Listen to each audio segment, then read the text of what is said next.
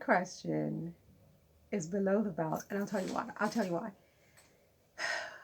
Vladimir Putin, okay, and Xi Jinping in China are two leaders who have a reputation for leading countries that, um, how can I put this without putting my foot in my mouth? I mean, look,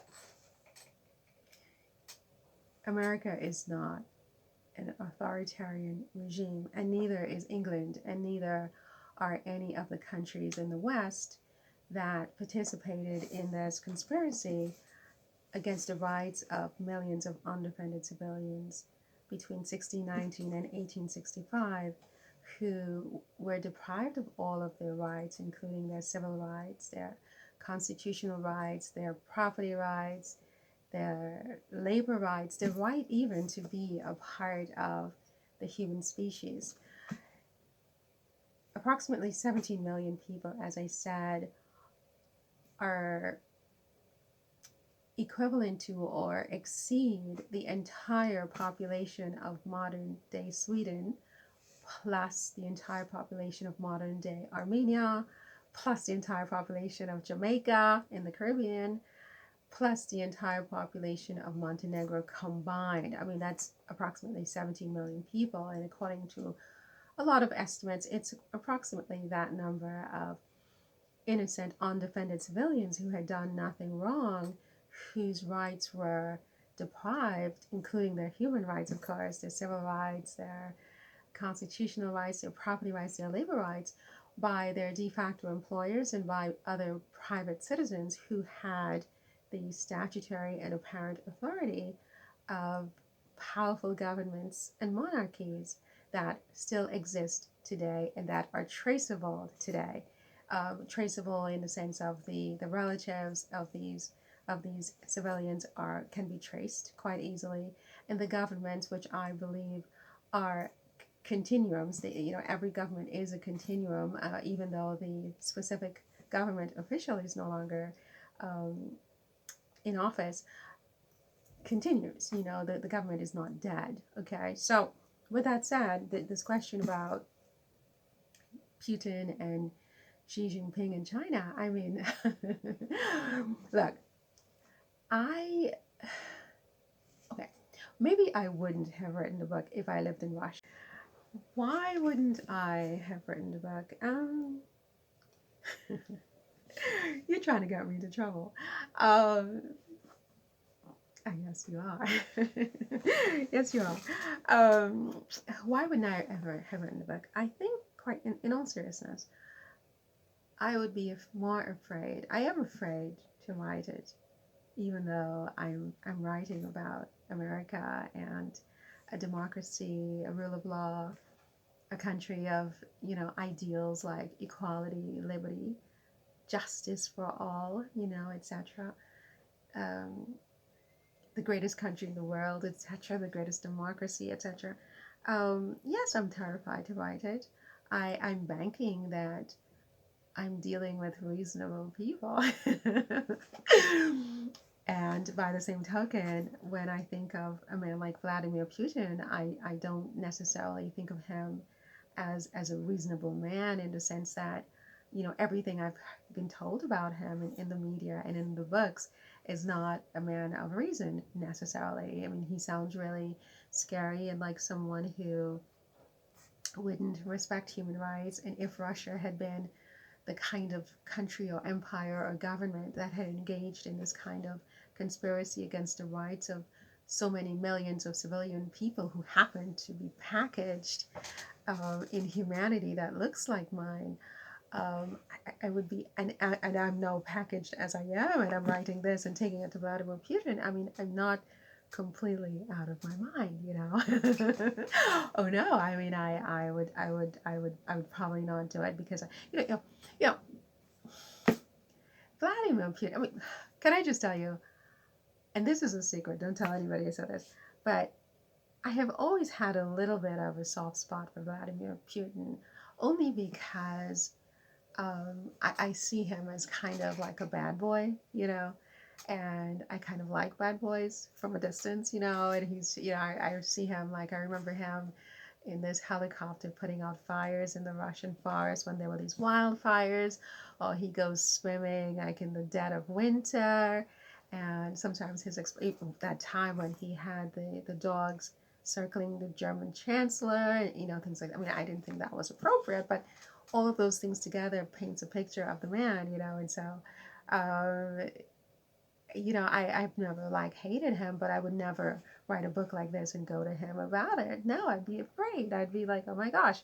Um, that said, though, this book is not geared at a specific leader per se. You know, it's not geared to President Biden or whoever the president might be at the time that you're listening to this particular video. It's geared at governments and empires that are still existing, that have created havoc and harm and injury in the lives of millions and millions and millions of innocent, undefended people whose relatives are still suffering the injuries and repercussions today. I mean, you know, what is the injury? I mean, you work. I give you just as an example. I give you this example. I mean, imagine going to work 5 days a week, working 40 hours, 50 hours a week, getting a paycheck finally on Friday afternoon, and going into a department store to buy yourself a new shirt after a 50-hour week of work. Money bulging in your pockets, you're tired, right? You just want to get a new shirt so you feel a little good about yourself and reward yourself for all your hard work. And you can't even do that because you are prejudged based on this past injury, this past reputation, these past labels that were placed on everyone before you, so that you walk into a store with your pockets bulging of money after working a 50-hour week to buy a shirt for $29.99, and you have the entire contingency of the store's security trailing you from one rack to the next rack until you leave. Meanwhile, everybody else in the store, some of them probably with empty pockets, who happen to be packaged in a different type of humanity, if you will, are left alone and not profiled the way you are. Profiling, I believe, comes from this entire situation. It's part of the legacy and the lingering effects of this original sin. It's a big harm and injury that you commit against people when you arbitrarily label them by the crime that was committed against them, instead of putting the blame on the persons or individuals or entities that created this situation. You place the onus on the person who was injured. So, for example, if a woman is raped, instead of saying that she is a victim of rape, you call her a rape, or you call someone who was murdered a murder, right? Rather than putting the emphasis on the murderer who harmed this individual. It's the same. A person who is enslaved is not a slave. But by doing that and by continuing to perpetuate this narrative to this day and teaching children to this day in history books that these millions of innocent civilians who had done nothing wrong were owned and they were slaves, right, continues to perpetuate harm and injury on the relatives of these people. Now, I got off a little bit off the topic. The topic is Vladimir Putin and Xi Jinping of China. Again, these regimes, from what I've been taught, are regimes where human rights don't matter, right? They're regimes that someone like me probably couldn't live. I mean, I don't know. I mean, I know in the early 1900s, a lot of Americans of African origin moved to Russia. I didn't know that until recently, and were able to live and assimilate in Russian society. So, you know, we're told a lot of things that, I mean, I'm not really sure what's true and what's not true. I would say that based on what I've been told about these countries and these leaders, I wouldn't write this book and take it to them, because I would be afraid that they did not have the objectivity and the sense of human rights, or the sense of rule of law or anything that's required in order to objectively see this book as a petition to my government and not instead as a disrespect to my government. I hope that the American government is a different kind of government to the Russian government. I mean, it is ironic, like I said, that this happened on the watch of the American government and not on the Russian and Chinese government. So it's kind of like a weird question to ask. Like, I'd be afraid to go to these people who haven't done it. They haven't done this, right? But they are the ones who have the reputation of not caring about human rights. I mean, I think that even though no one in the current sitting government, none of the officials have been personally involved in this conspiracy, I think the fact that all of them subsequent to the initial start of this conspiracy have refused to except for President Lincoln, who quote unquote emancipated these workers from the imprisonment on their work sites, but never really corrected the record as far as their membership in the human race, as far as their right to be compensated for their work, as far as their right to property, their right to liberty, to all of the other common liberties and rights that other citizens enjoyed. I mean, you had another 100 years of Jim Crow before the 1960s Civil Rights Acts that were enacted because of the work of Dr. Martin Luther King, etc., and all of the other civil rights activists.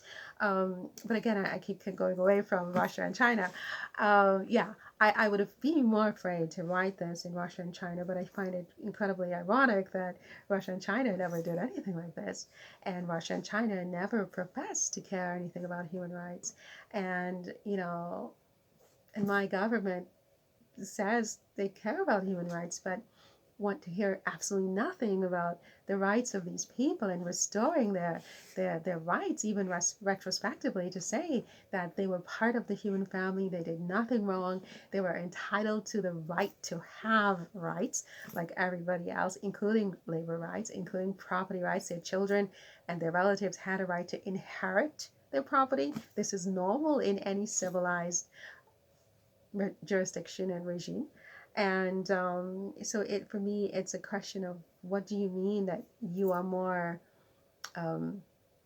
respectful of human rights in Russia and China when this happened on your watch or not on their watch? But anyway, to sort of sum this up and not get myself into too much trouble with this one, I wouldn't probably approach President Putin. Yeah, I would say one other thing though about Russia and China on this, because I visited both Russia and China, as you know.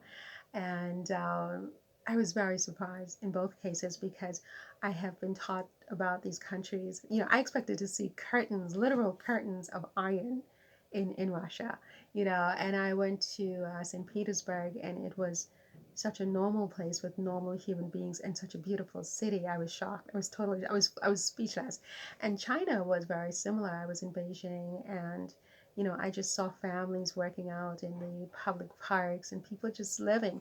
I think in the end, we all, as human beings around the world, are just human beings. We want the same things, and maybe Putin wouldn't even have been so scary if I had gone to him respectfully and said, "Sir, I really need you to take another look at this. This was bad. This was a mistake. This is horrible.